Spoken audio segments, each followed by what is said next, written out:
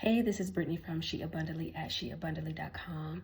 I want to speak to my rape victims, those girls who have experienced that level of sexual trauma. Hey, we're in the same group. Okay. One of the things that happened to me after I was raped was this thing called repetitive compulsive behavior.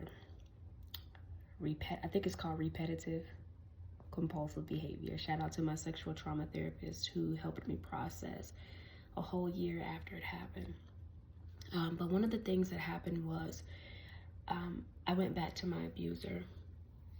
One day I'll share the whole story, but I went back to my abuser.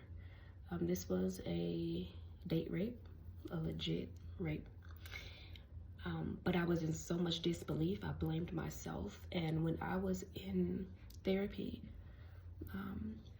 one of the underlying messages on top of it's my fault, you know, I should have never did this or I should have never did that. You know, sexual sin, sexual perversion is one of those sins, in my opinion, that causes the fastest transfer of shame from the predator to the one being preyed upon, the victim. And that's what happened to me. I took up on all the blame, the shame, all of that.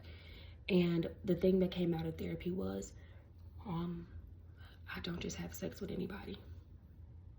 Because before that rape, I haven't touched a guy or allowed a guy to touch me in 8 years on my journey, you know, of learning my self-worth and God giving me so much information about sex and teaching it to other people, right? And so I was just, you know, that's a message that came out when she was talking to me. And she said, bingo. One of the reasons why you kept going back to him is because you don't just have sex with anybody, subconsciously you try to make him somebody. So you went back to try to make it right. Because I don't just have sex with anybody, I'm going to make you somebody. I'm going to make you my husband. I'm going to make you. Now, of course, up here, it was far from that, right? Not my husband. Again, a date rape. Before it even happened, I knew this guy was not even potential for me. But caught up in the moment, let my guard down, crossed boundaries, and again, full story maybe later. But my heart, my subconscious, the wounded part of me tried to make him somebody because I don't just have sex with anybody.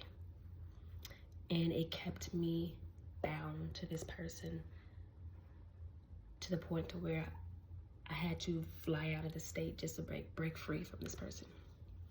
So she explained to me that that's what keeps victims going back. Abused women, not just women, but, you know, abused people. For example, if a woman keeps getting beat by her guy, people say, why do you keep going back? Why do you keep going back? A lot of times people don't understand the science behind a traumatized brain, behind a traumatized soul, you know? And so in her mind, she's thinking, well, maybe next time he'll love me. So let me keep going back, waiting for that time for him to love me. Maybe next time, instead of him punching me in my eye, he'll hug me. So let me keep going back because I'm just waiting for that next time. I'm waiting for him to make it right. I know it can happen. Repetitive, compulsive behavior. So I just want to share that with you because I know a lot of women go through that, but they don't understand what's happening.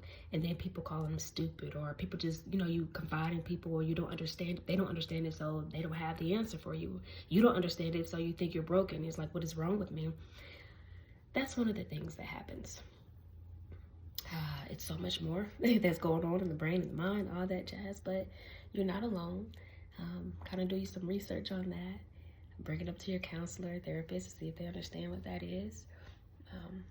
But you will come out of this.